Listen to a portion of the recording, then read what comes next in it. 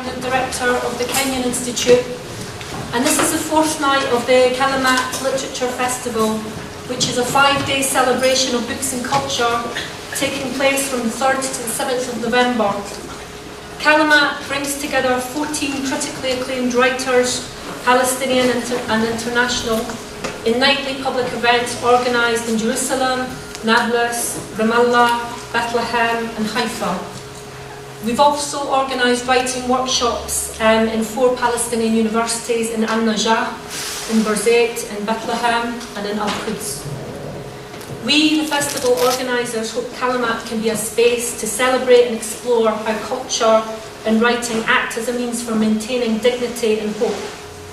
Writing in all its forms, poetry, fiction, non-fiction and journalism, facilitates experiential reflection, the documentation and defence of historical narrative, and helps to build community and resilience. It is a tool to communicate to audiences beyond our own immediate surroundings, and is a basic means of human expression by which it becomes possible to appeal to commonalities in the human condition. The use of this tool is all the more important for those caught in situations of injustice, and for those who are prevented the free exchange of movement and access, such as here in Palestine. In this light, Kalimat organisers condemn the actions of the Israeli Border Authority, which prevented the entrance of Kalimat guest author Susan Abalhaw on the evening of November the 1st. Abalhaw is an accomplished and award-winning author who's supposed to headline the opening night of the Kalimat Festival in Jerusalem. Instead, she was detained and deported back to the United States after being held in a detention facility at Ben Gurion Airport for 28 hours. During this period, she fought for her right, through the help of the Kalimat organisers and a lawyer, to enter the country and participate in the festival. Unfortunately, we were actually unsuccessful in this. Ms. Abalhaw will continue to appeal this decision from the United States, and will one day soon, we hope, we will be welcoming her to Palestine to speak. We will continue to support Susan in any and every way we can during this action. We would also like to make it clear that it's significant to note that Ms. Abalhaw is a US citizen with family roots in Palestine that date back to the 1st century. Preventing her entrance into the country and her participation in our festival is part of an all too familiar pattern, whereby the Israeli occupation authorities unjustly and arbitrarily determine entrance and exit policies based on discriminatory criteria that target Palestinians, Palestinian refugees, and those it regards as critical of its policies. In doing so, the Israeli occupation aligns itself with a number of oppressive regimes, both historical and contemporary, who view free expression and creativity as something to be controlled and stifled. But history has consistently proven that attempts to curb free expression and thought do not work, as the human condition refuses to be controlled. And it is in this spirit that we organised this festival. So tonight we have a fantastic lineup of international and local speakers who will be discussing their work along the theme of the sacred and the profane. We have Marcelo De Cinto, who is a Canadian author and journalist. In his most recent book, Pay No Heed to the Rockets, Palestine in the Present Tense, he explores life in contemporary Palestine as seen through the lens of Palestinian literary culture. His previous book, Walls, Travels Along the Barricades, won the 2013 Shaughnessy Cohen Prize for Political Writing. Marcello will be moderating the panel this evening. We also have to his right Gavin Francis, who is a Scottish writer and physician. He is the winner of the Saltire 2015 Non-Fiction Book of the Year, the Observer Newspaper Science Book of the Year in 2015, and several other awards for Adventures in Human Being, which has been translated into 17 languages. His most recent book, Shapeshifters, on medicine and human change, considers transformations of mind and body. We also have, to the left of Marcello, Noor Masala, who is a Palestinian historian and author of several books on Palestine, oral history and social memory, the Bible and Zionism, and Jerusalem archaeology. His most recent book is Palestine, a 4,000-year history. He's a member of the Centre for Palestine Studies at the School of Oriental and African Studies, University of London, and he's the editor of the Journal of Holy Land and Palestine Studies. To Noor's left is Kathy Otten, who's an award-winning journalist, British journalist, formerly based in Iraqi Kurdistan. She's best known for her book, With Ashes on Their Faces, Yazidi Women and the Islamic State, which was published in 2017. This book investigates the enslavement of Yazidi women by ISIS and was selected amongst the New Internationalist Best 10 Books of December 2017.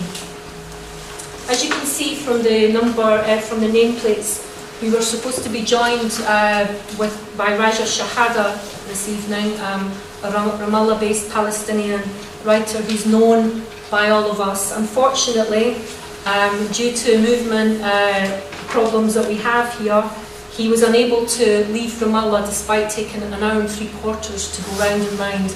I don't know what's happening around Ramallah at the moment, but the exit and entry points are not good this evening. He apologises for this most profusely. He really wanted to join us this evening. And this is one of the reasons why we decided to take Kalimat to as many Palestinian cities as we could because of the problems that we have for movement. But this will give us more time for our speakers and more time for you all to contribute and ask questions. So please give a warm Bethlehem welcome to our speakers.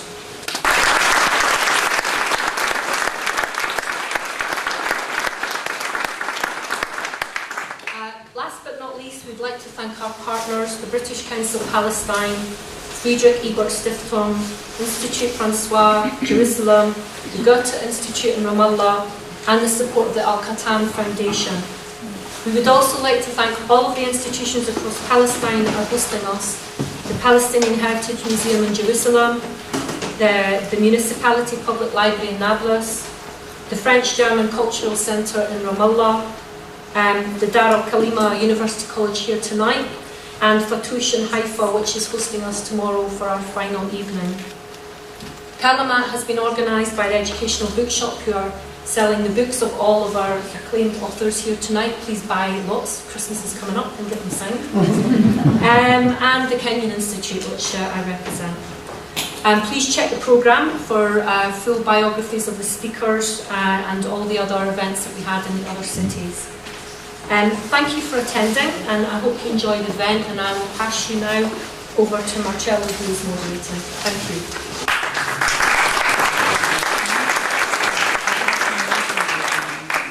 Thank you all for coming tonight. It was a great honor to be invited to be part of this wonderful festival, and feel doubly honored to be here moderating tonight's event with such wonderful authors. As Mandy mentioned, the theme for tonight is the sacred and the profane, which I think we will all be approaching quite in a broad sense in our work.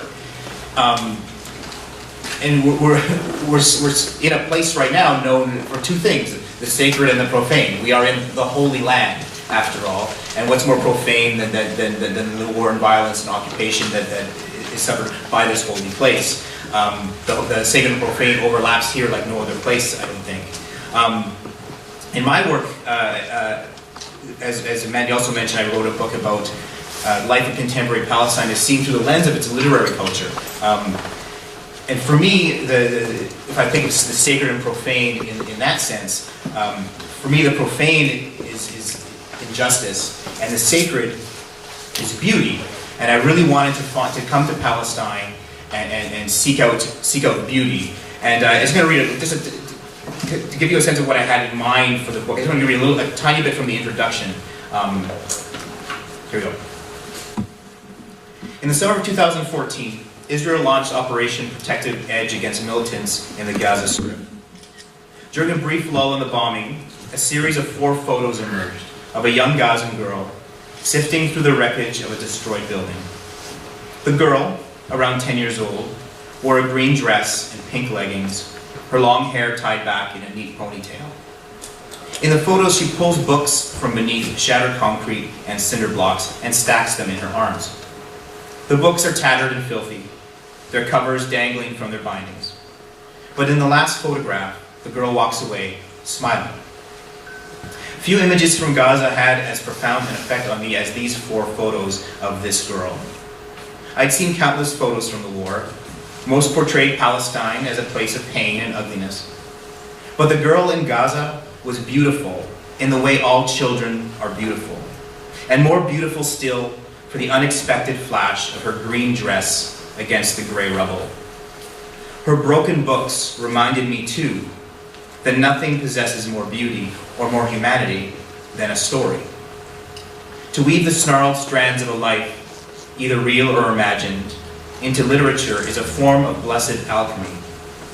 Twists of plot and turns of phrase mirror the messy details of human existence. We are nothing more or less than the stories we can tell. But the only story most outsiders ever hear about Palestine is a thin volume of enduring conflict. The character of the Palestinian is either a furious militant throwing stones with a keffiyeh wrapped around his face, or an old woman in hijab wailing in front of her destroyed home. This single narrative of anger and deprivation holds the Palestinians hostage, and little beauty is to be found in such a plot. Inspired by the girl and the books she rescued from the detritus of war, I decided to seek out the brokers of grace itself, the poets and writers of Palestine. They gather the fragments of their existence onto their pages, verse by verse and line by line, and bear the beauty of a place known mostly for its opposite. Certainly the writers, and those who keep and sell their books, would have different stories to tell than the one I'd grown weary and despondent of hearing. Surely they could reveal what made Palestine special, other than the fact it has been lost. Part of the process of writing this book too was getting to know.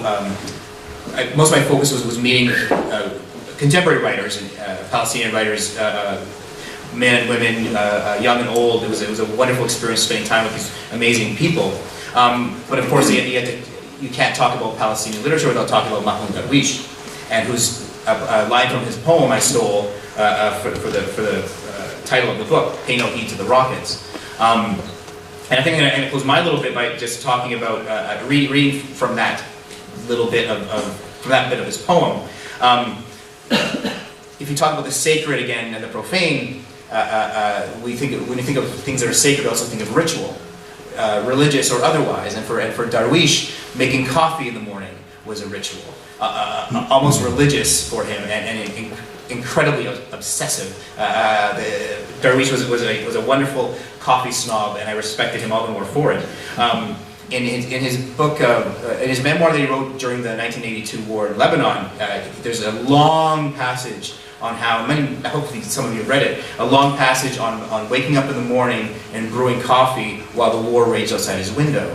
It's a sense of doing something sacred, performing this sacred ritual while the profane happens outside. And so before I move on to Noor, I'm just going to read a little bit of Darwish's long meditation on brewing coffee. Gently place 1 spoonful of the ground coffee, electrified with the aroma of cardamom, on the rippling surface of the hot water. Then stir slowly, first clockwise, then up and down, then counterclockwise. Oh, pardon me, up and down. Add the 2nd spoonful and stir up and down, then counterclockwise. Now add the 3rd. Between spoonfuls, take the pot away from the fire and bring it back. For the final touch, dip the spoon in the melting powder, fill and raise it a little over the pot, then let it drop back. Repeat this several times until the water boils again and a small mass of the blonde coffee remains on the surface, rippling and ready to sink. Don't let it sink. Turn off the heat and pay no heed to the rockets.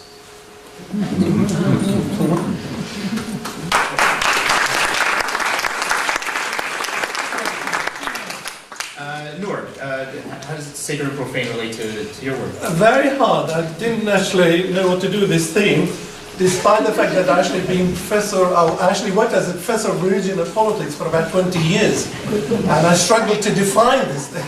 But أول شيء السلام عليكم. كيف حالكم؟ يعني راح أسلم عليك ترد تحية بأكثر منها ولا لا؟ أنتم ردتوش. أنا كنت هون عدة مرات وكنت في دار الكلمة، مهرجان كلمات دار الكلمات مع الدكتور متري. أنا بعرف الدكتور متري بعد موجود هنا والدكتور متري عزيز جدا علينا وعلي أنا شخصيا.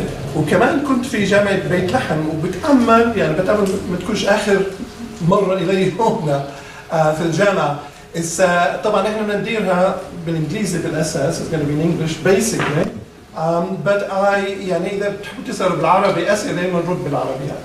Just offer the indulgence to speak in Arabic, to ask in Arabic later, if you don't mind actually. But it's going to be run in English, mainly in English, primarily in English. Would that be okay with Marcello? I'll allow it. Yeah.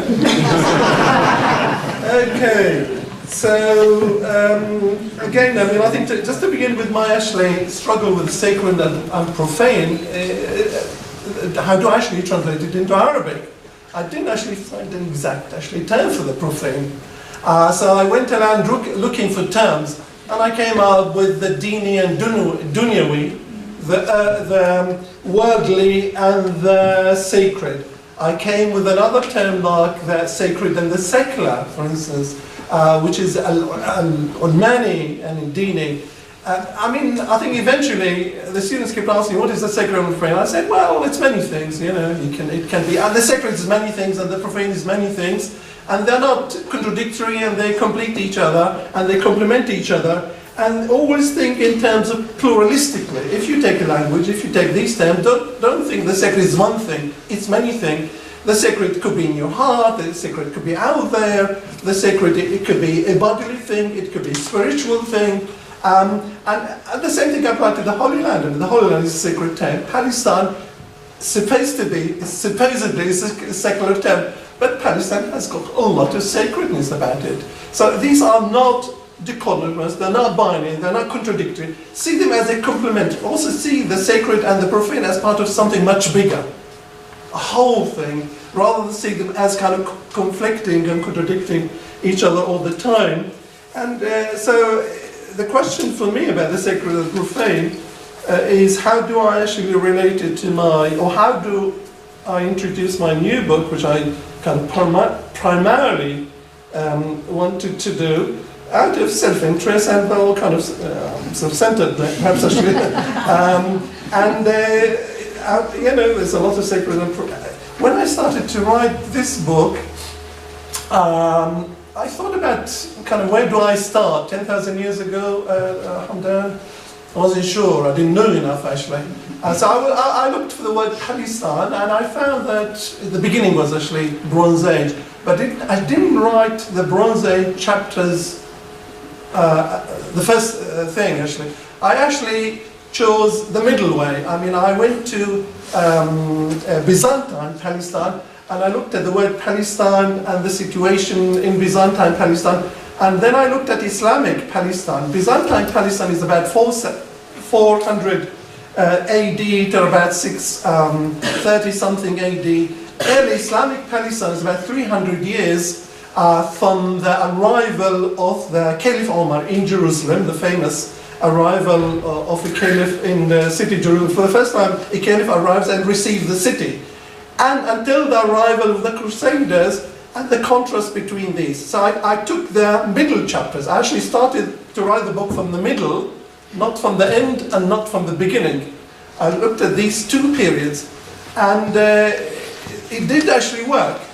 I worked from the middle forward and I also worked from the middle backward. I.e. writing chapters, Palestine under the Romans, Hellenistic Palestine, Jewish Palestine, if you like, and then back to the Bronze Age, and I kept asking Dr. Hamdan here about the Bronze Age and the Palestinian cities in the Bronze Age. And this year I went to a conference in Amman, 70 years since the Nakba. And I met an awful lot of Palestinian academics at this conference. More or less about 90% of the academics of that conference were Palestinians. Palestinian Jordanians, Palestinians from the West Bank, Palestinians from London, and they knew so much about Islamic Palestine, 300 years, early Islamic Palestine, 300 years before the Crusaders. and they knew about the Umayyads and the dating of everything. And then when I asked them about Byzantine Palestine, they knew almost nothing, very little about it. They had sort of vague ideas. So how does Palestine work together as an entity, as a country? I mean, this was one of my obsessions.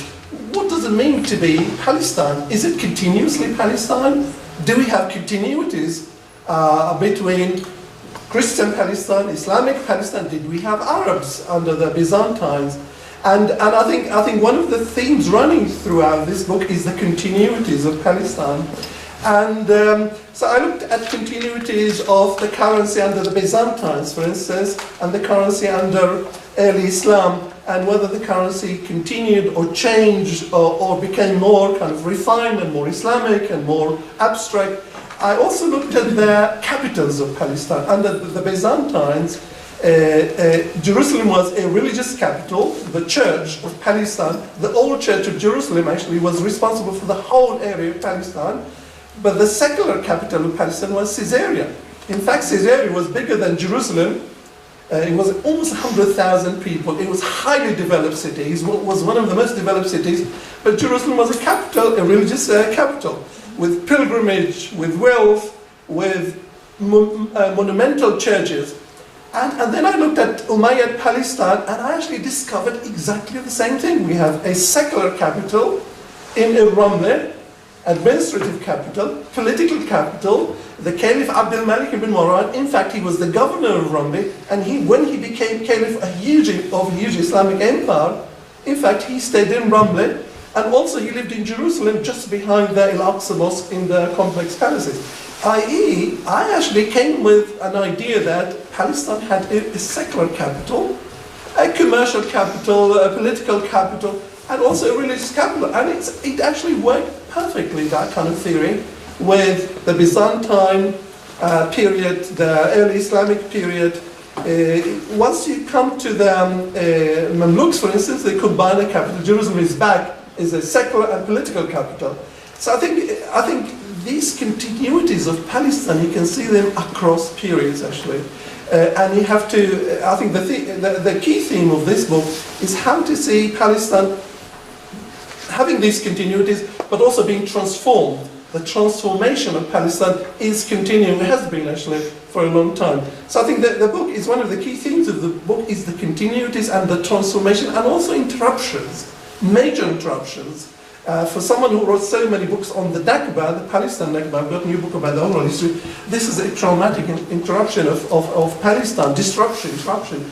Huge, half of Palestine was destroyed. So you have to look at all these things, like continuities of the country, which makes it Palestine in terms of its provinces, in terms of its currencies, in terms of its people. For instance, I actually argued that Arabs in Palestine arrived here long before Islam, and they arrived in Jerusalem and in places like Khan al-Ahmar. Khan al-Ahmar used to be a very famous Byzantine monastery called Euthemius. And this monastery, which today is the site of Khan al-Ahmar, the village under threat of destruction, that monastery was incredibly, it actually managed to convert a large number of Arab tribes 300-400 years before Islam, and they became known as the Ghassasina. And some of these people who were converted became bishops in Jerusalem. I.e., Arabs lived in Palestine hundreds and hundreds of years before. This is another continuous thing. Rather than see Palestine somehow moving from one period under Christians into another completely different period, you have to see that kind of evolution of the country being more kind of gradual, almost peaceful, almost continuously interacting, having multi-layer identities, i.e. Arab Christians lived more or less since the time of Jesus here, and we have also records of actually the Arabs living in Palestine even 500 years before that under Herodotus, and these Christian Arabs actually joined with Muslims Arab when the early Islam actually came to the country.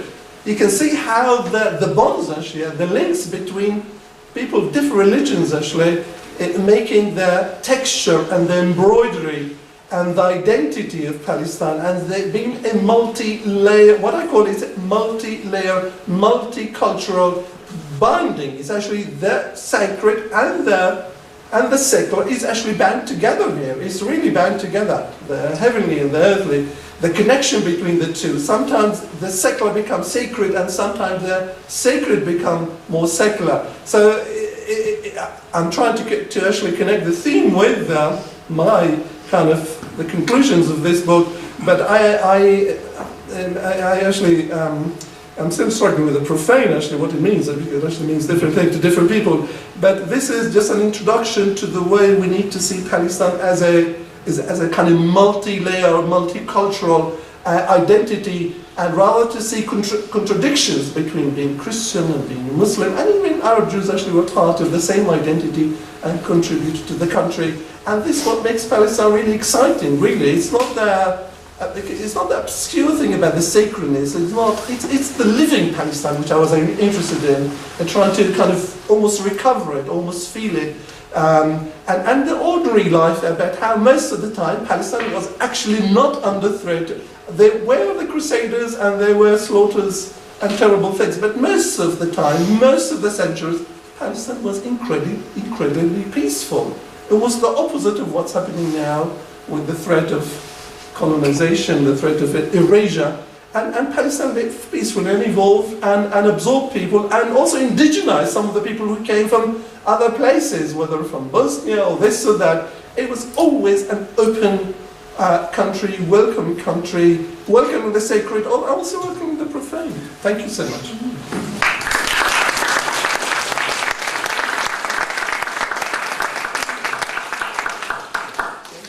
So on that same note, we had a conversation earlier this morning. We're talking about how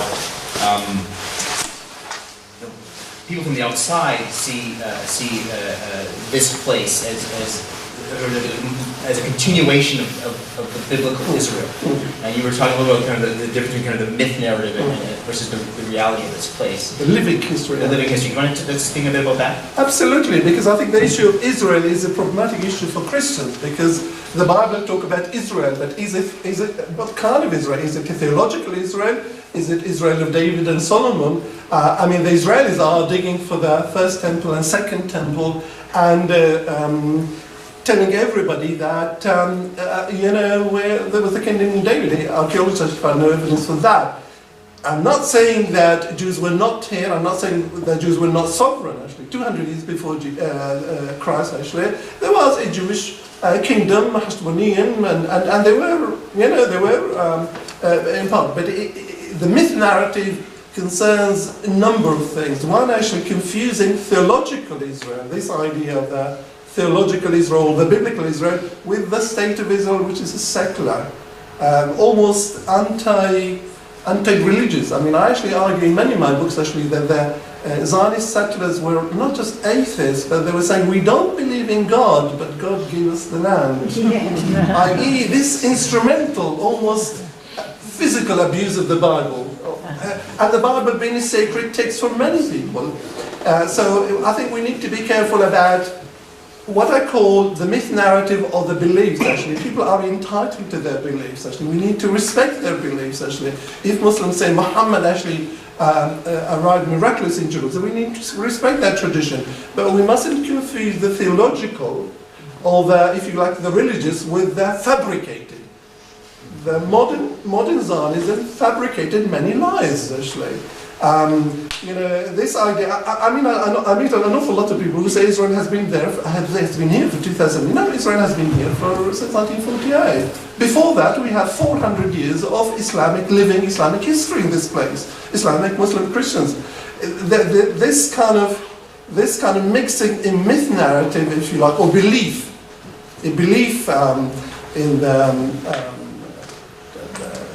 the biblical narrative itself, actually, as the Temple of David and Solomon, actually, we don't have historical evidence for that. This doesn't negate Jewish rights, actually, in this country, but a living history is actually looking at the history. Realistically, this country actually has been Arabized for about 13 centuries, and that's a living history. By the way, Jews also were Arabized here, Christians were Arabized. It was a common shared identity, looking for the living as opposed to the, and not confusing. I think there are two types of myths. One is beliefs and one is propaganda. The propaganda myths about 1948, for instance, we didn't expel them. That's a propaganda, that's manufactured stuff. These are lies. There are myths, narratives which are lies, and there are myth narratives which are believed, but it's up to you to believe in them. It's up to you. I mean, you believe in Jesus, being the Son of God. It's for you to believe. It doesn't have to, I don't have to believe in it. We don't have to believe, we have to respect it. But we have to respect it as a kind of belief narrative. We don't have to agree that Jesus actually worked on mortars or something like that. I think we have to separate what I call the religious, theological Israel concept in Christianity, or Christians talk about it, with the state of Israel, which is a secular, colonial state, which, we know exactly when it was created, we know exactly who created it. It's modern, it's a recent phenomena.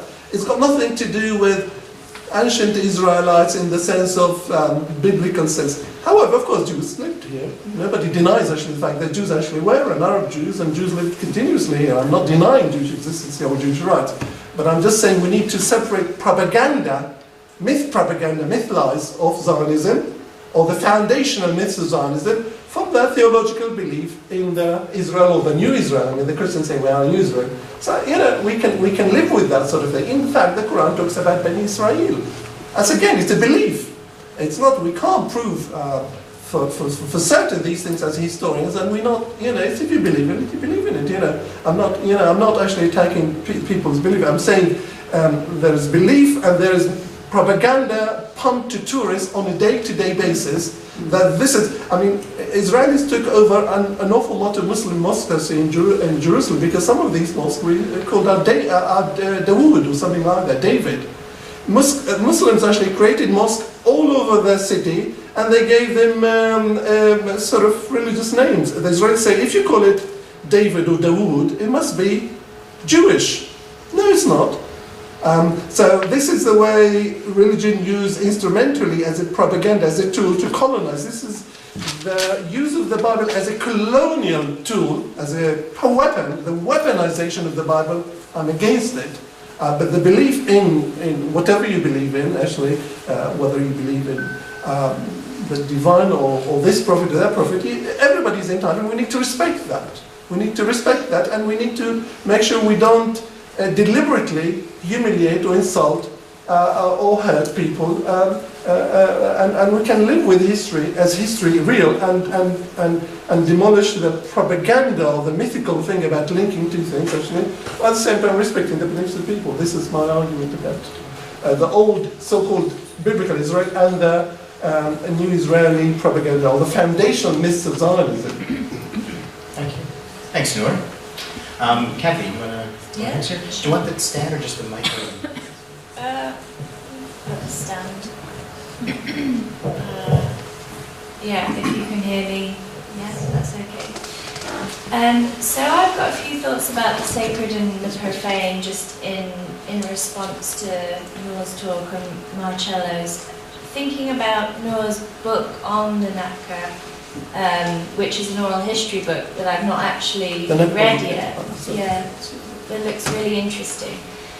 I see a tie between all of the work that we're doing here, Marcello and Gavin as well, in that there is an oral history element to journalism, to documentation.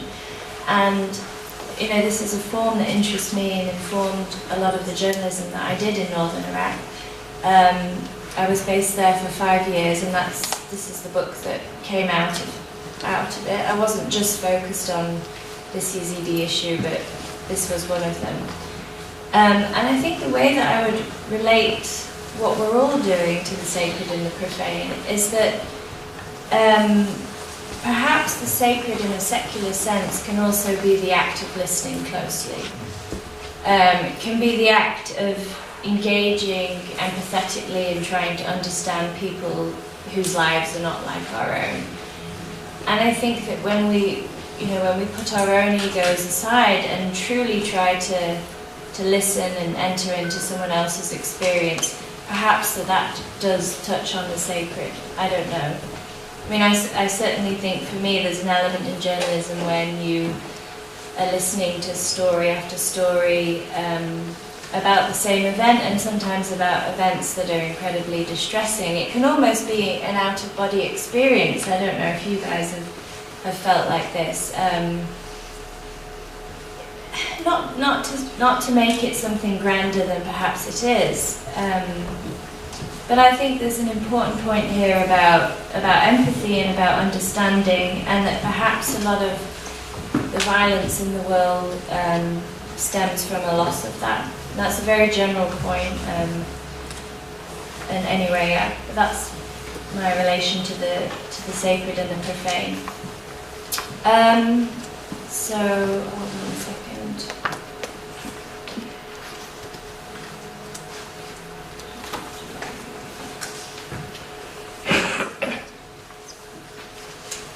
I wanted to read a few sections from this book. Sorry, hold on. Also, inspired by what Noor was just talking about. It's a big topic what the ISIS did to the Yazidis in northern Iraq, and it wasn't just the Yazidis. I think you all probably know because you've read the news, but the attacks against Sinjar, where most of the Yazidis were from, and also the city of Mosul, it destroyed the fabric of life there that was the built culture. That you guys will be familiar with the destruction of that, of many different religions. And it also, it tried to impose a singular narrative on the physical structures that did not have a single narrative, that were made up of, Armenian churches, and in the past before that, synagogues and mosques and Shia temples and Yazidi temples. And this happened in Mosul and in Sinjar, which are the areas that I looked at.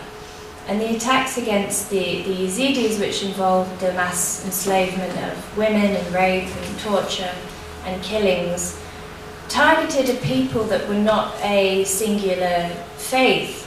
ISIS sees them as pagans, as not people of the book, so says that society will be cleansed if they're killed. So this is why the UN termed it a genocide, because it was very clearly an attempt to say that society would be better without these people. So we're going to subjugate the women and rape them, and we're going to kill the men.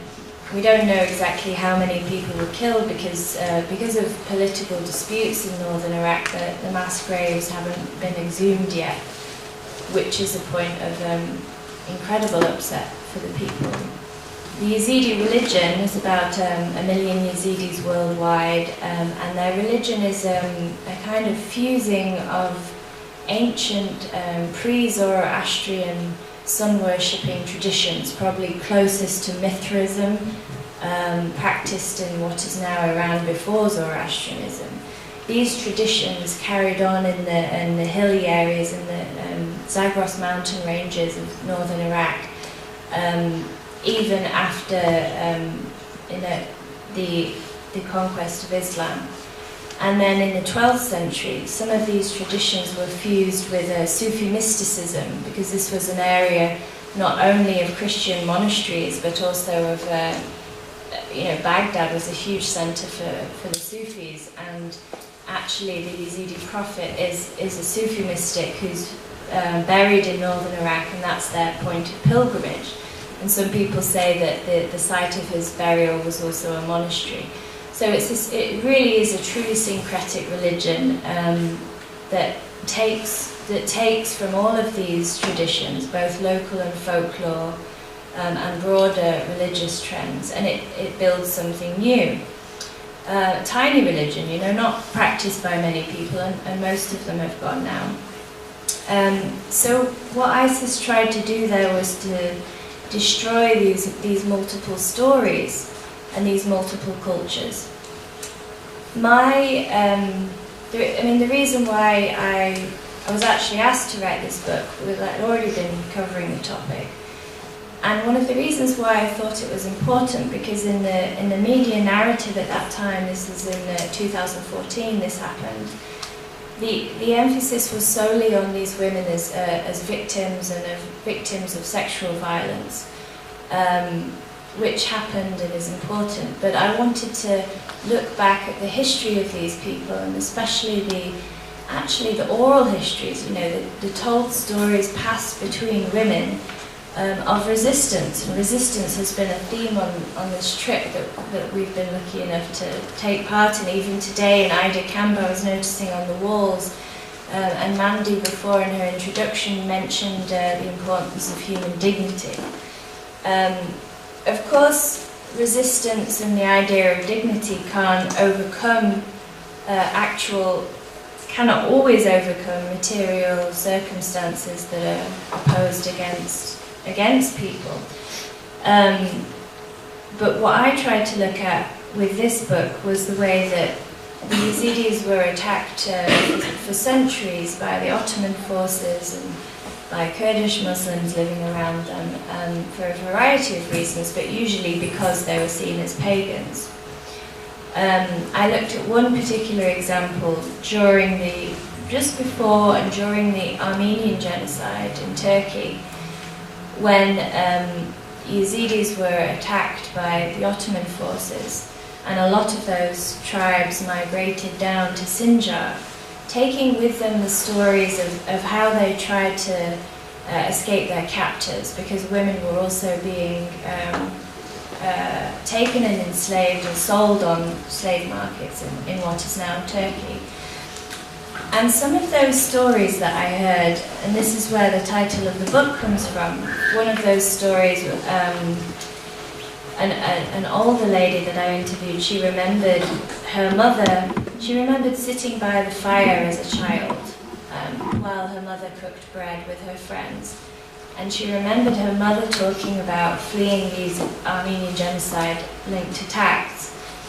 And she remembers the girl children being taught to put dirt or ash on their faces so that to avoid being captured by the Ottoman guards, to make themselves less attractive. And this is just one of the stories. But it struck me when she told me this, and this is a lady who's now in America. She's taken her traditions with her and fled Iraq. And then further into my reporting, these same stories came up again from women in ISIS prisons in Raqqa. And so these stories were passed down through the female line, and they formed the basis of the resistance of these women. And I thought that was something that was missing from the narrative. So, yeah, I was going to read this bit, but I think I've just actually said it all. I have something else to share, but maybe we can come back to it afterwards. Yeah. Sure. Because it's not connected. Yeah, I was just going to ask you, just as a second question, you mentioned briefly just now how the focus has been on these women as the victims of sexual assault. That's been the focus. And it reminded me of there's a Canadian journalist who was captured in Somalia and was a hostage for a number of months. And I don't know how long Amanda Lindsay was in prison for, or was captured for. But she commented how she wrote a book afterwards, and how readers at these kinds of events were preoccupied with her sexual assault and were less interested in other aspects of her ordeal. And I wonder if you can speak to that. What's going on there? Yeah, sure. Well, I mean, this is from a conversation that me and Marcello were having earlier. So I did think that the focus on the sexual violence suffered by the Yazidis was actually, verging slightly on the obscene. And the reason why I say that is it's important to talk about rape. We should talk about rape. But for the experience of these women, and many of them are still living in camps, their experience of journalists was often, outsiders, foreigners turning up, opening the flap of the tent, and they don't have much say in who comes in and who doesn't, and then asking them incredibly personal details about the worst thing that happened to them.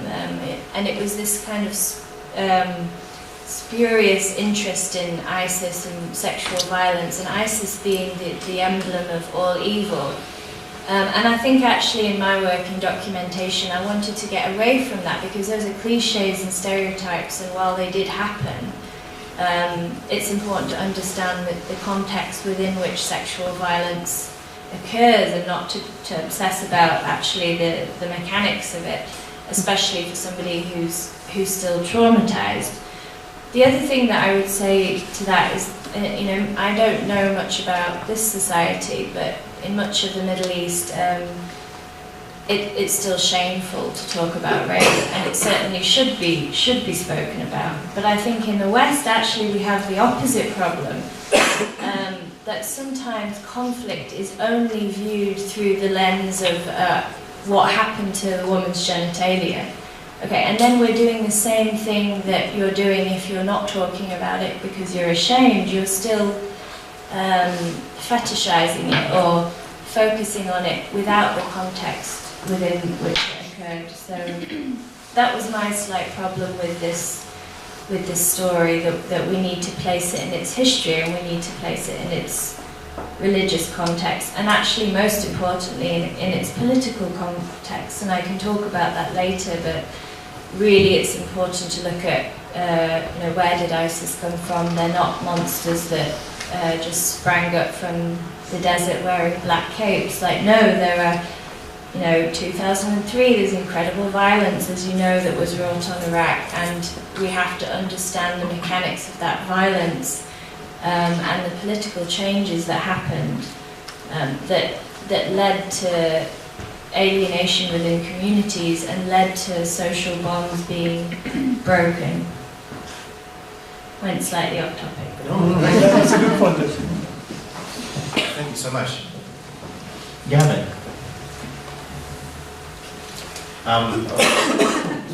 Go. Thank you, Marcello. Your story, Kathy, reminded me very much of the remember the controversy around about the Bosnian women who were taken en masse to Sweden for post-traumatic stress counselling almost immediately, and subsequently it's been realised by clinical psychologists and so on that this sort of insistence on impromptu post-traumatic stress counselling actually worsens the situation. And for a lot of these women, this terrible experience they had at the hands of Serb forces was an absolutely abysmal, awful experience, but it was also just one of many terrible things that were going on, and a lot of them were more concerned about what was happening to their husbands and their sons at the time than discussing what had happened to them. So my role here, I'm not quite sure how I'm going to make the connection to the fact that we're talking about conflict, and we're talking about clinical approaches to conflict. My situation as a writer here is that I work both as a writer and as a physician in Scotland, and I work in ways that tries to show different cultural, philosophical, historical perspectives on medical practice. So my first two books are travel narratives, and my subsequent two books are explorations of the human body as its own kind of geography. And how the sacred and profane might fit into it. I was looking at these three topics I'd been given, first in Nablus, and then last night in Ramallah and here.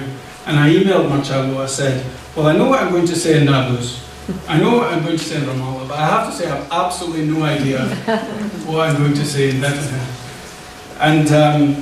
And he was very generous, very kind to me. He emailed me right back, said, well, I'm reading your book, and there's lots of sanctity in there. There's lots about the sacred.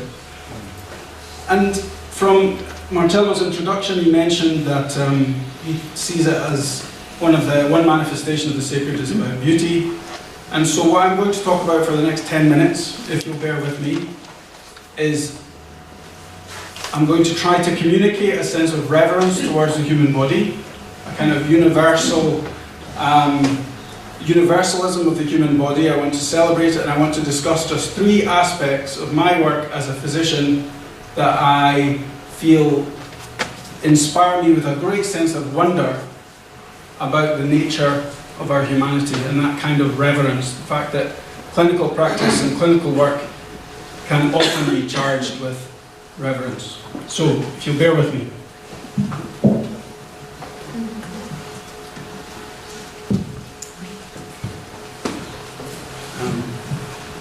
So these are, I mentioned some travel books and some medical books. So, I'm going to begin actually. I'm going to talk to you just about 3 aspects of the body that fill me with this sense of wonder. And I'm going to begin with the heart, the human heart. Okay, this is intimate. That's okay. I don't mind intimate, but so I practice in a small clinic in the city centre of Edinburgh, in the University District, and I do home visits when patients are ill and are very particularly frail and can't make it to the house, to the office. And sometimes I have to rush out on these urgent visits to people's homes, and sometimes I forget my stethoscope on the desk. And I get there and I discover I've got no stethoscope. And before stethoscopes were invented, what people would do, doctors would do, is they would just put their ear on your chest. And they would put their ear on your chest over your heart and put their finger in the other ear. And I can recommend it, do it with someone you know well. But after a while you start to hear the sounds that blood makes as it makes its way through the chambers of the heart. And they're very beautiful, these sounds. And all fluid as it goes through channels has turbulence. And it's the turbulence that we're listening to. And a nice, healthy heart, if our presentation thing is working, should sound a bit like this. Oh, got no volume. I'm going to fiddle with it.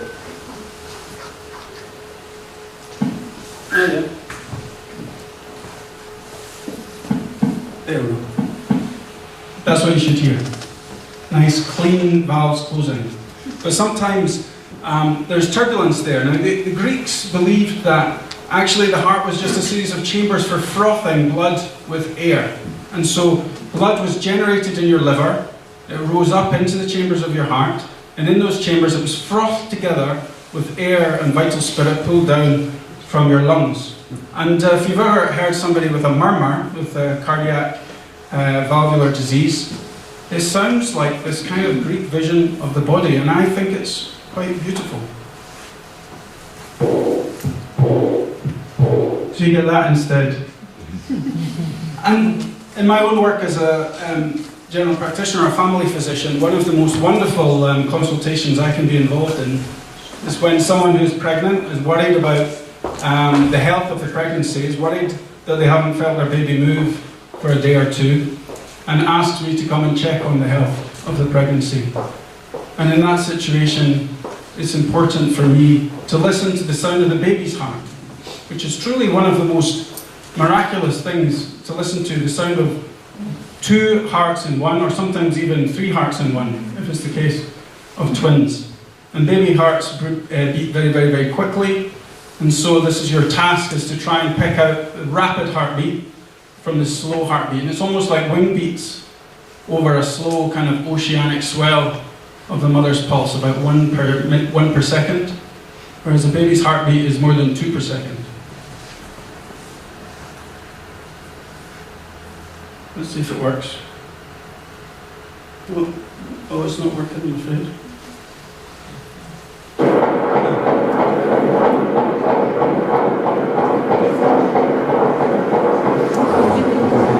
I love that sound. So there's some aspects of reverence towards a very everyday aspect of our humanity. Now, we've been talking about very serious subjects tonight, but I do want to talk a little bit about smiling and laughter too. When I was a medical student, I had 2 jobs. I used to work in a bar 2 nights a week, and during the summer holidays I would prepare anatomical specimens of cadavers for the students to learn from. And so I have dissected a lot of faces. And if you dissect a lot of human faces, you will find out that some people have enormously, very chunky smiling muscles. The muscles that lift the corner of your mouth are very thick, strong, well attached to the cheekbones, and very easily identified. Sometimes I come across faces that seem to have been doing an awful lot of this. So they would have very withered, tiny little smiling muscles, but very built up, thick, frowning muscles. And it seems to me that you can kind of map somebody's emotional life through the muscles of the face. And it's something that thinkers and philosophers and artists have been thinking about for a long time. Most famously, Leonardo da Vinci was an anatomist as well, because he wanted to understand how to adequately portray the human body. And his famous painting, The Last Supper, the Cenacolo, is a study in human emotion, where he wanted every single apostle to have a different expression on their face at the moment when Jesus announced, "One of you shall betray me." And Da Vinci believed very much that our emotional life is in direct communication with our muscles, and he named the muscles according to their emotion. So this muscle up here that snarls your nose and wrinkles your eyebrow, like that, he called it the muscle of anger. And this muscle here, this one lifts up your eyebrows, like that. There's an apostle in the Cenacolo who's got a very kind of, I think it's St. Andrew, it's got a very exaggerated. He called it the muscle of fear. And so this idea that our emotional life is intimately connected to how we are embodied is something that, as a doctor, I find very useful when I'm examining the faces of my patients. I can see their habitual expressions just from the way they hold their facial muscles. And also, it's very useful for me as a therapist to try to control my own expressions. When people are telling me things, either that I've heard 1,000 times before, or, as we were discussing, sometimes I hear the most terrible things, awful things, and have to be able to control my face while showing, obviously, sympathy. Now, so that's 2 of the aspects of embodiment I wanted to talk about from the point of view of sanctity and reverence. And the last one, before I'll be quiet, is about the eye. This is an eye. And I think it's my eye. From the optician, sent me an email. So I'm going to do a very short reading from the chapter in this book about the eye. My office in Edinburgh has a large east-facing window, and for most of the year I examine my patients in natural light. The exception is when a patient complains of a deterioration in their sight, and I want to look inside their eyes with an ophthalmoscope.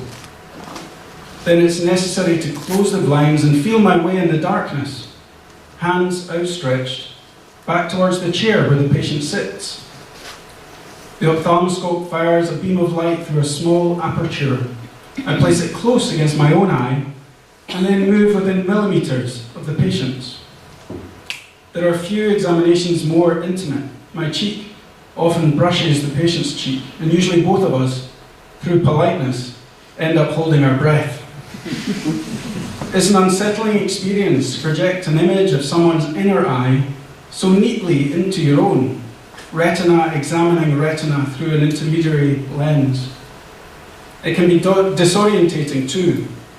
Gazing down the axis of the beam is like looking up into the night sky with an eyeglass. If the central retinal vein is blocked, the resultant scarlet hemorrhages are described in the textbooks as a stormy sunset appearance. I sometimes see pale retinal spots caused by diabetes, and they are reminiscent of cumulus clouds.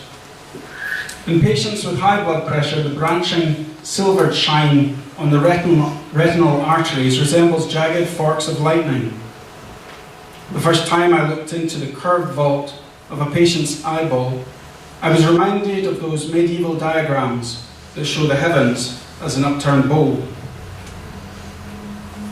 So, if you're reading this in sunlight, which we're not, the photons reaching your retina were born just 8.5 minutes ago from their origin as nuclear fusion in the core of the sun. 5 minutes ago, they streaked past the orbit of Mercury. 2.5 minutes ago, they outran Venus. Those not intercepted by the Earth will pass the orbit of Mars in 4 minutes' time, and they'll reach Saturn in just over an hour. After this journey across space and in unchanging time, the sun's white light envelops the world around us and breaks into a multicoloured scatter. That scatter is funneled by the cornea and the lens of the eye before tumbling onto the safety net of the retina. And the energy of that impact causes proteins in the net to bend, starting a chain reaction which, if enough proteins twist, will lead to the firing of a single retinal nerve and the perception of a single scintilla of light. We can taste what's in our mouths, touch what's within our reach, smell within hundreds of meters, and hear within tens of miles. But it's only through our vision that we are in communication with the sun and with the stars. Thank you very much.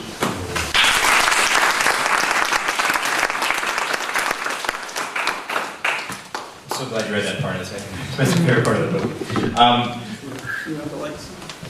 Listening to reading your work, listening to you speak over the past few days, even just now talking about your reverence for the human body. That's really beautiful. However, I think a doctor also is dealing with the body as a machine. When I come to your office, there's something not ticking properly, and the last thing I want from my doctor is to be reverent. I don't want a pilgrim working on me. I want a mechanic. And I'm wondering if there is any kind of certainly not conflict, but this overlapping of when you're actually treating someone, the overlapping of reverence of the mechanic and the pilgrim, right? Is there does the reverence get put aside when you're working on the stuff? It's a really beautiful way of putting it. Thank you, Angelo. The mechanic and the pilgrim. I think the aim of most medical training and most experience is, I've been qualified nearly 20 years, and I've been doing my job as a family physician for 12 years, and so a lot of the mechanics are now automatic. A lot of the mechanical aspects of the job I find should just be second nature. They shouldn't, I don't have to agonize over them, puzzle over them. They come quite naturally. And as long as I keep up to date, I find with the latest research and what I should be doing, I don't find that I'm struggling in that respect. But I do find that continuing to have in tandem this vision of the body, which is still imbued with this idea of a reverence for this unique individual in front of you, is a kind of shield against burnout, because there's an enormous risk of burnout in all healthcare providers, all clinicians, particularly when they're in situations of extreme stress with inadequate resources to be able to deal with the problems that they're being asked to address. And having some way, and this is just my way, but having some way of keeping your eye on that uniqueness of the individual in front of you, and also the marvel of the fact that most of the time our bodies are working perfectly well. And people are coming to me with terrible problems, but it's only one aspect of their body that's going wrong. All the other thousands of things that can go wrong with you are still happening, still going on. So no, I think this comes from the love of anatomy, really. And when I was learning anatomy, I was kind of had my mind blown by the intricacy and the complexity of our bodies. And I'd find myself picturing all the branchings of the nerves, and the branchings of the arteries, and the arrangements of the muscles under the skin all the time. Just sitting on the bus and the people around me. And that can charge even a bus ride from Damascus Gate to Bethlehem with a sense of reverence, such as I experienced this afternoon. Well, thanks so much. I think I'd open up the floor to questions now. If anyone would like to contribute to this discussion on stage, you have a question for any of us writers up here? Is there... Okay, sir, yes. I would like to ask about the concept of sacred. Is it cultural or universal? An example, a pilgrim will come to the Holy Land with a concept of the sacred. Then when he comes here and finds that the situation is abnormal, the concept of sacred disappears. Another example, in the United States, immigrants who went 200 years ago there, after 200 years and the extinction of the local population, the Red Indians, when they look to the Holy Land and the immigration of the Jews to the Holy Land, it looks like normal. So it's like mubah, which is profane. So like extension of the Palestinian people is a profane process because it was done. So the question of sacred, is it cultural, personal, universal, versus the profane? Yes, I mean, I struggle with this actually for a long time. Partly because I come from a religious family, deeply religious family, Muslim family, and my mother was intensely religious. My father was a bit relaxed about religion.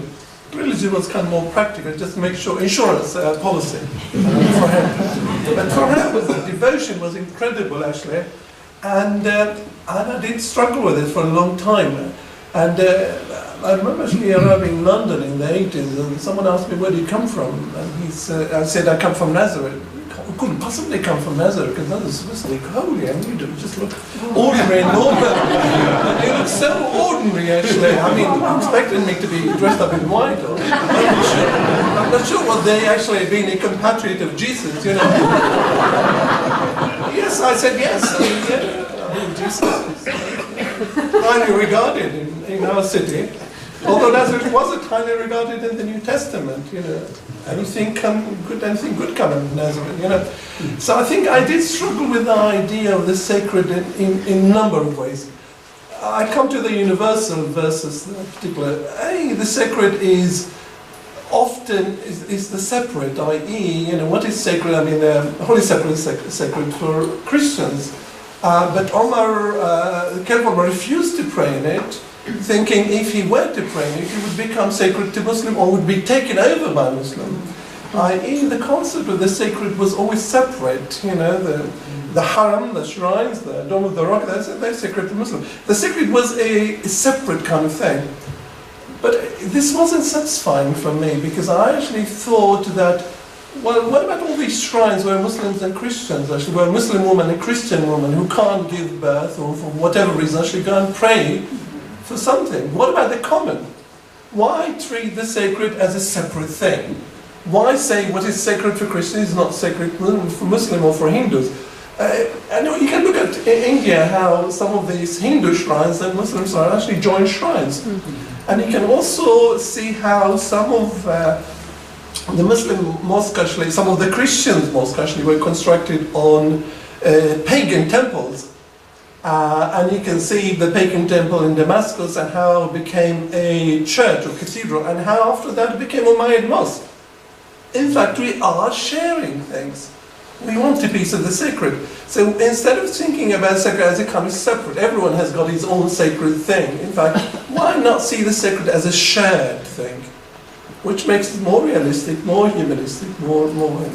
Another thing I struggle about the sacred is the question of the sacred come from above or from outside. You know, God handing down the 10 Commandments to Moses while turning his back on Moses. What does it mean actually? And it was God actually, why would God turn his back on Moses? why God wouldn't want to show his face to Moses. And I actually did struggle with the idea of God from outside. Everything coming, I mean, the sacred coming from outside, I suppose Jesus, the Son of God, coming on earth exactly 27 years ago, isn't it? They think coming outside. Why not think about the sacred coming from within, from our heart?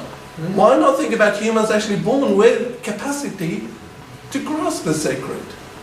And this perhaps what distinguishes us from cats or from, why think about that humans actually capacity to humanize each other and to create a category called human beings.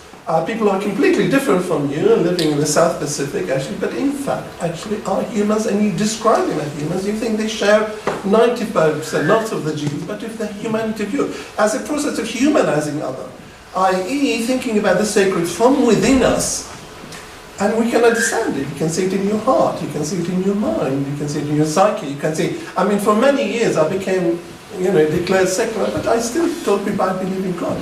It was part of me. This is not something which I actually think if we think about the sacred as something within us, our capacity, then we can grow and we can become.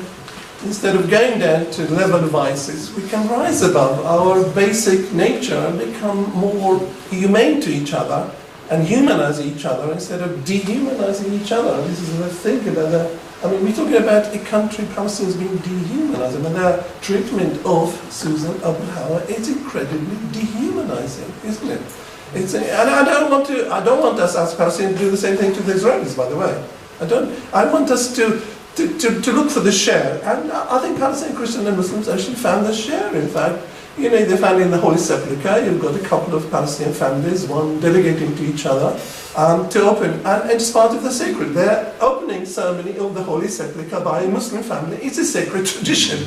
The Copts and the Ethiopians will not agree, or the Christian community will not agree for them to open, and they prefer to have a Muslim family. The opening ceremony by a Muslim family of a holy Quran is a sacred tradition. No one wants to get rid of it. And that's the development of the sacred coming from us, from within us, in fact, and brings us to the shared rather than to what separates us. And this way we can appreciate the sacred, as opposed to the sacred become a contested territory. And a territory of basically violence, and religion is associated with violence, I'm afraid, now, instead of seeing religion as actually kind of improving us, as potentially actually sorting out some of our problems, and us getting slightly more engaging with each other, more listening, more, it's another thing about the listening thing to each other, yeah. Okay, do you want to get something? I don't know. Just wanted to, I really enjoyed that reflection on the idea that the United States has a tradition of expropriation of land, and it's a connection which we were discussing last night after the event in Ramallah. I've always found it really, really strange that it's universally accepted that settlements are called settlements. Because settlement is a really benign word in English. It's a really gentle word. It's actually quite a positive word. It was used to describe the settling of the West for people on the east coast of America. And so, but I think in French they're called colonies. Colonies. Yeah, in French.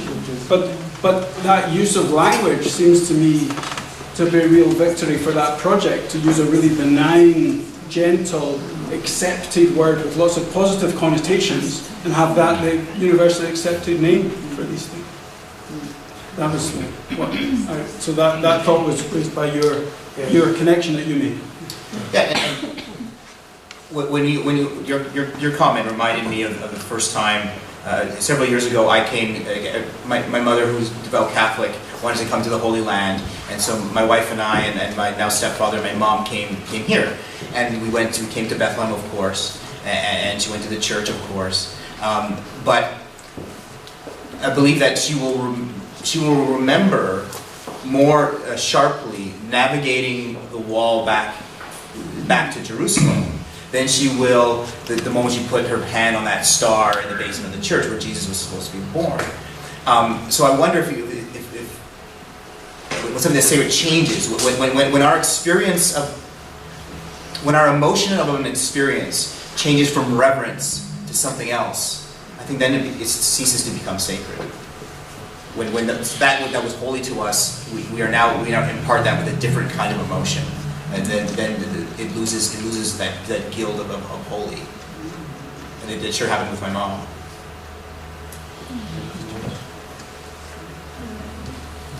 Sir. So I'm just committing to Dr. Marshall about the concept. I think sacrifice is a way of life. When you're talking about the continuity of sacredness of Jerusalem, for example, even from the job site was a sacred, or the temple was sacred, then you have another sacred time, another sacred time. So why each sacred should be omitted completely, evacuated, or completely deleted the other sacred, unless you wanted to be a sacred? So sacred could be, a way of, not a concept, it's a way of living that you can live only by your own, by your way of life. The other way of life or the other sacred does not exist. So it should be your way. So when you come from outside, when you come from inside, if you come from inside and you share it, it will not be sacred anymore. It will be much more humanistic. But sacredness usually, it's a way of life for a certain group of people believing in all their themes of life. So the other, even if it's sacred, it's not anymore sacred, it does not exist. So, just one comment. I mean, shouldn't we actually take the sacred to the ethical behavior? The sacred means the good God, the ethical, doing the right thing, as opposed to the sacred being abstract or being kind of just prayers and rituals and an insurance policy, and I don't want to go to hell, and it's kind of, why don't you say the sacred ought to be central to the ethical side? The two things are so closely, good God, like listening. It's the compassionate God. It's the God of Bismillah ar-Rahman ar-Rahim. It's the God of the merciful, the compassionate, the good God. This could be one way to recovering the sacred heart of religion, as opposed to the sacred being just a ritual, being touching Jesus, being putting your hand here and you think you're going to be saved. The Pope giving you absolution to build St. Paul's, actually. Maybe St. Paul's is a fetish. Maybe this idea of touching St. Paul of the Kaaba is some kind of fetishism, while we ignore the ethical, while we ignore each other, people go to the Hajj and then trample on each other. They try to touch them. Why just do queue and do it properly and see the ethical and the sacred go hand in hand, and this makes it much more positive sacred. It will not be consumed. I think there was Sir, you had it with the, yes. I will talk it in Arabic, and I will get, because I got more confused. أنا استرعاني العنوان المباح والمقدس. يعني مفهوم المباح والمقدس مفهوم كثير واسع. اللي بلاحظه إنه أخذ هون بمفاهيم دينية أكثر، بينما هو معمم أكثر على كثير مواضيع، إن كانت اجتماعية، اقتصادية، أخلاقية، إثنيك، يعني أو روح رياضية فيها. فيعني لما أول ما جيت، يعني الصراحة إنه كنت أنا confused هيك شوي بالنسبة للعنوان. لما سمعت المحاضرة طلعت more confused. يعني لما كاتب بتحكي عن واقع اجتماعي، عن الاقتصاد، ما هي هذه تيجي من خلال واقع اجتماعي واعتقادات وهذا. فيعني فكتير معمم، يعني فكرة المقدس والمباح تقدرش تحصرها في القضية الدينية فقط، في كل الأوجه في مجتمعات، ومع اختلاف المجتمعات من خلال خلفيته الاجتماعية والثقافية والحضارية والإنسانية وكل شيء. شكرا. I mean, he's saying the sacred and the permissive, i.e. the sacred, the profane is the permissive, and he's saying you can't really confine it in one thing, okay? You have to look at it contextually, socially, culturally, historically, the way things actually evolve. He said he was confused about the title, but he's now even more confused after the lectures. I'm a bit like you also. So there was a Sure, thank you for your invitation. Sure, it is a very complex issue. I sense that it is part of belief system. Therefore, it should be perceived in context of culture, and it is also an evolutionary concept in a way. In Palestine, for example, we see that we got sometimes the impression that certain places have a sort of intrinsic value, haunted by a spirit of sacredness in a way or other. Therefore, most of biblical sites has sacred sites has been viewed the same in the Christian religion, later on in the Islamic religion. If you take any shrine in Palestine and Egypt and study the history of these sites, you will see that these sites have the same, somewhat the same value, but it depends finally who acclaimed that. Therefore, it has somewhat relation with ideologies in this regard. Here we have a prominent site, Rachel's tomb. It has been well-known and part of the venerated by Muslims, Christians, and Jews. And even the site has kept this value till recently. In the Ottoman period, children cemetery of Muslims has been placed close to the shrine, to that sacred place, and the site was visited by Muslim, Christian, and Jewish women who have problems of pregnancy. But now it has a totally different meaning. Now it is a sort of a castle, and the symbolic value has been changed somewhat to a sort of domination of power, simpler colonial power. So I think it has to be understood in relation to belief system and ideology.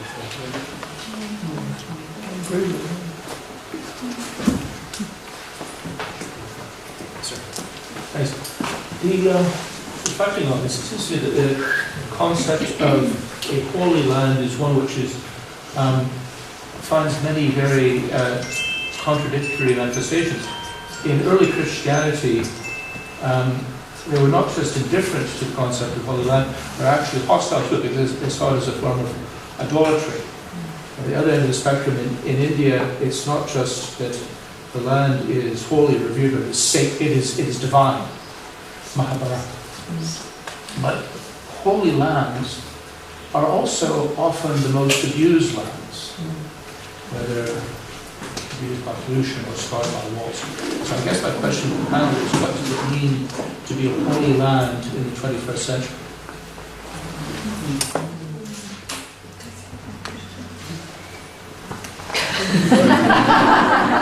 I go for it. I haven't spoken. It's difficult to answer that though, because it depends what we think of when we think of holy, and everybody thinks of something different. But when you were talking, what I was thinking of was that the question seems to be how to live in a sacred way, or how to enact sacredness under oppression. Sacred to whom?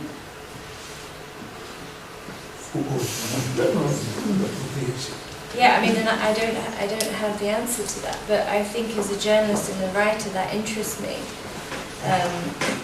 these questions are about survival. How do people survive in extreme circumstances? Gavin looks at it through the body.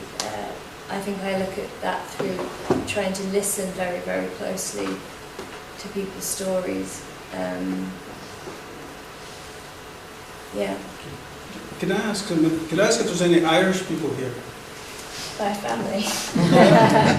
Because I was thinking, your question sort of made me think really strongly of, when you travel around in Ireland, for those of you who have, there's lots of the streams have got a little chapel to St. Bridget, sort of holy to St. Bridget. Bridget is the patron saint of the water, of springs and wells, and so on. And all these chapels, it turns out, are on the holy sites of the pre-Christian Celtic faith water spirits. So I think, she's even got a name. The Celtic water goddess had a name that sounds a bit like Bridget.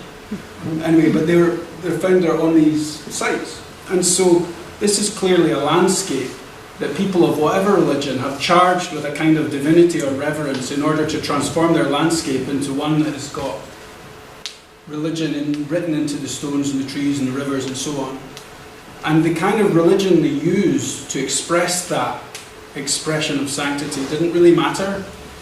Like when they were Druidic, Celtic, or whenever they were Christian, it didn't matter. The sites stayed the same, they just slightly changed the names.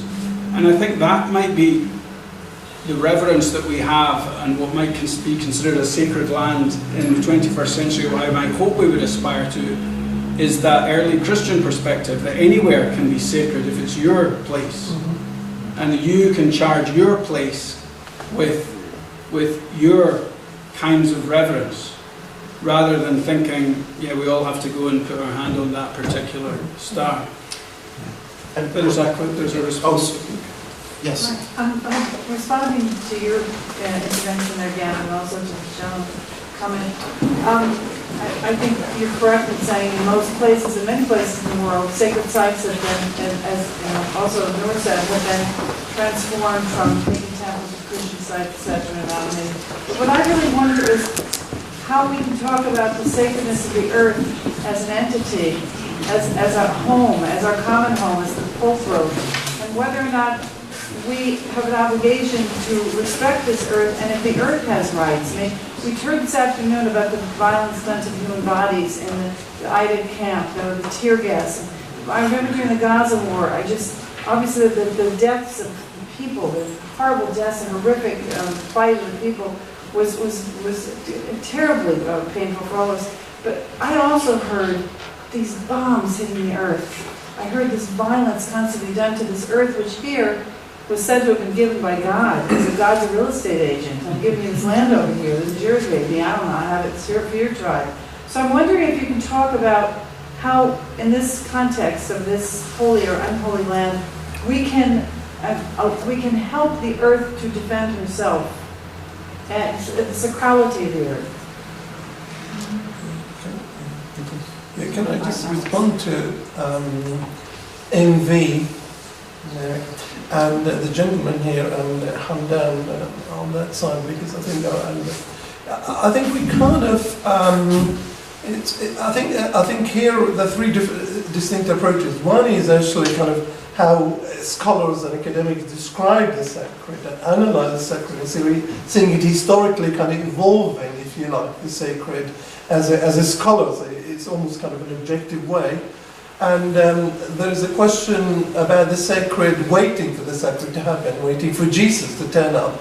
I mean, when you talk to ordinary Muslims here, they said, oh yes, he's coming, definitely coming.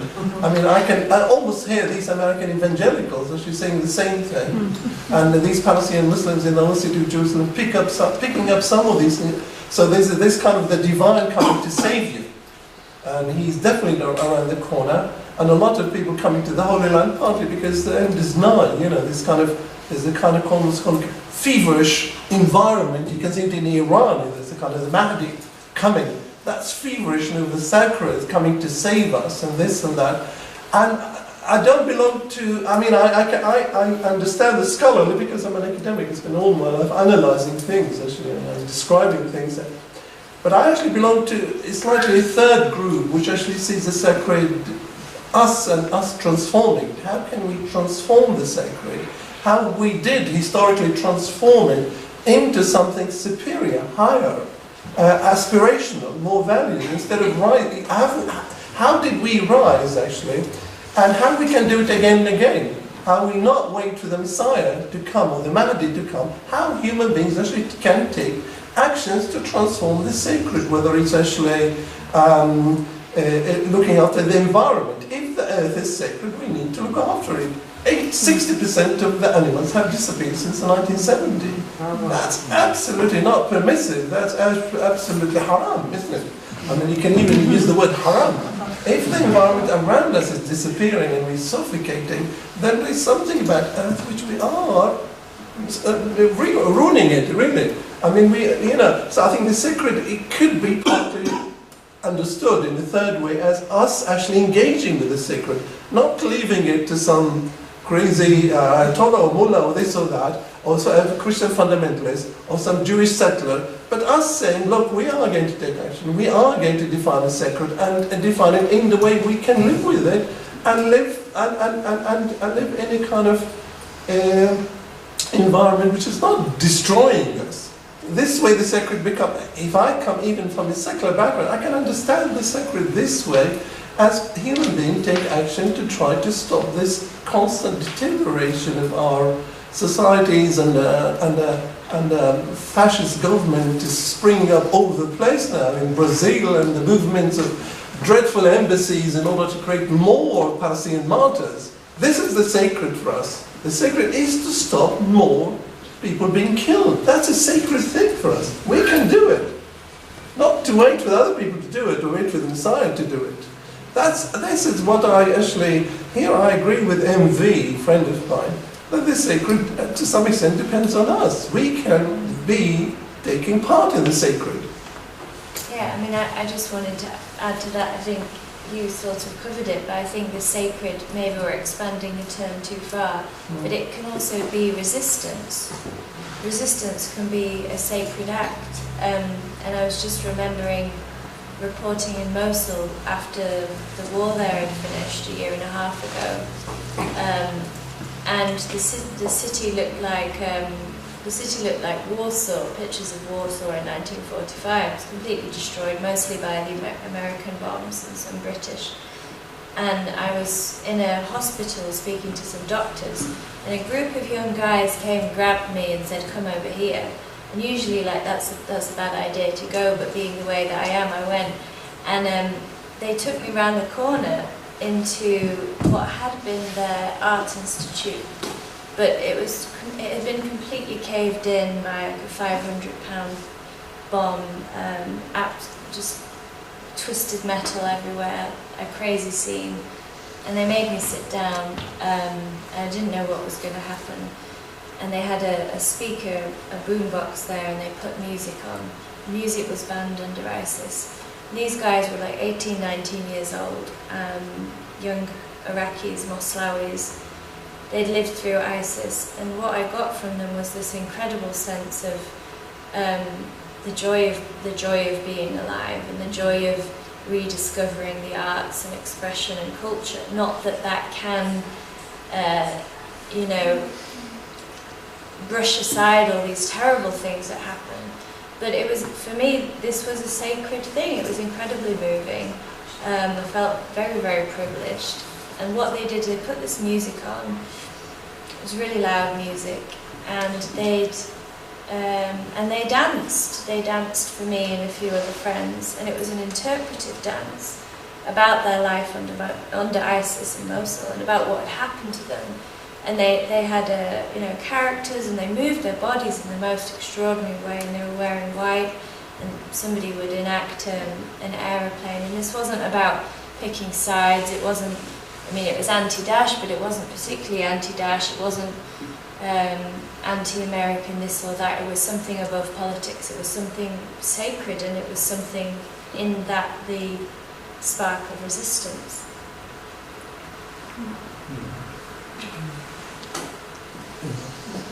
sir from behind you. Sorry. Yeah, actually my question will follow nicely with this last discussion. First of all, thank you to all the panelists. I really enjoyed all the presentations.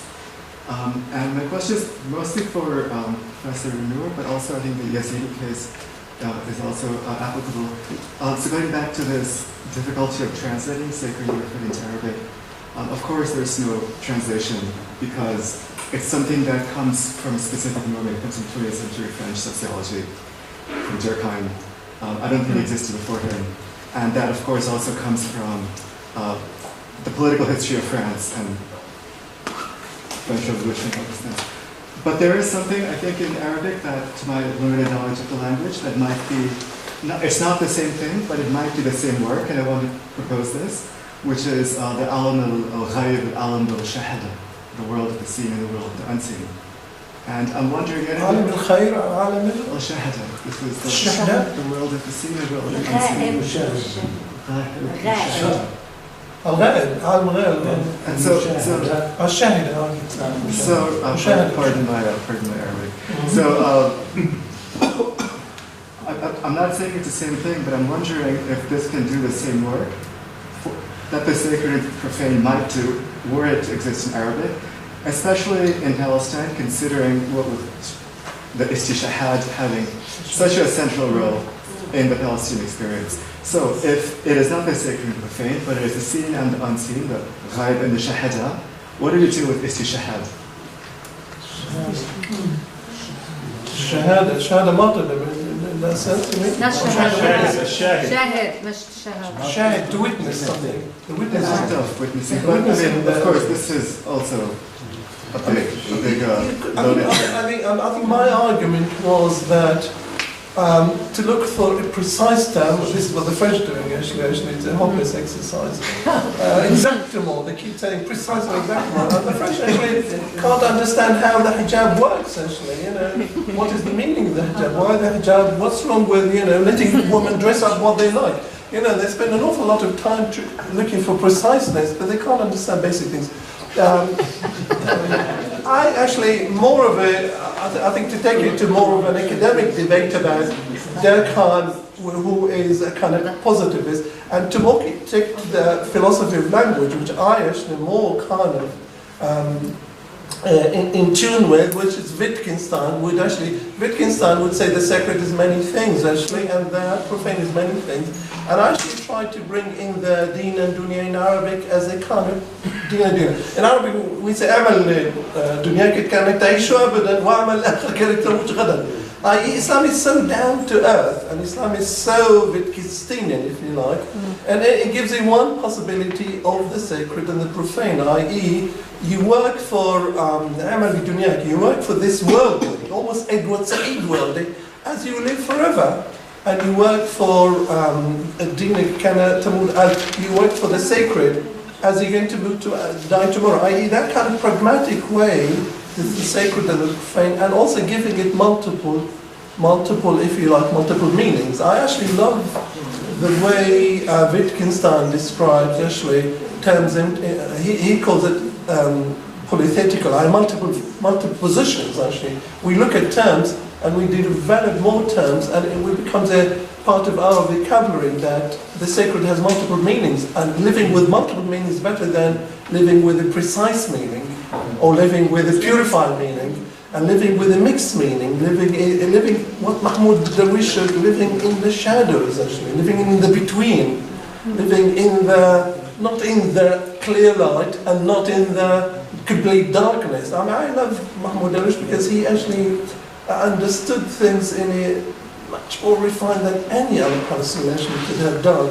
And in these shadows actually, I love them, the mixing, the shadowing, the existent, the ordering. So in my opinion, don't look for an exact term in Arabic.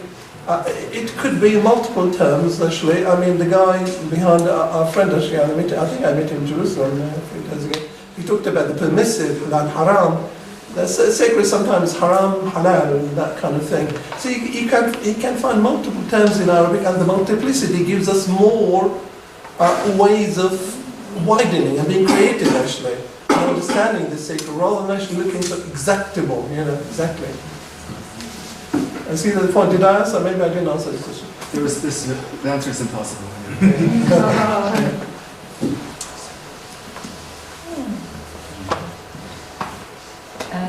I was just going to say maybe give everybody a chance to make some final comments. Sure.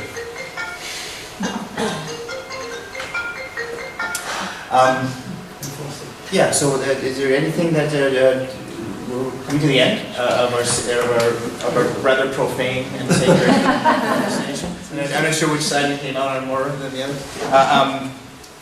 Gavin, anything you wanted to No, I agree with the gentleman at the back. I'm more confused now than I was before. But crucially, I feel happier about it. And I feel that we've explored lots of perspectives on this idea and shown that there's certainly no binary distinction between the two. And yeah, maybe we all have to seek our own kind of sanctity. I would also maybe say in leaving that, you know, as with Islam, that there are many different Islams to many different people. There are also many different sacreds, and that it can grow and change. One thing that the Yazidis did after some of them escaped from the hellish times that they've been through is adapted the practices of their religion to fit the new environments that they were living in. They adapted a ritual to bring women back who had been raped by ISIS before. Historically, they would have been cast out of the religion, and there were honor killings and so forth. But in these years, they changed the baptism rite to allow these women to re-enter the community, which was really significant for them. I mean, it didn't solve everything, but it went a huge way to change it. So that was a way that the religion shifted. That was a way that the sacred shifted. That's a way that we can be flexible and maybe, you know, go forward into the night with all of these meanings, with all of it moving around, and ideas can come. That's good. Let's leave it there. Thank you all for coming tonight.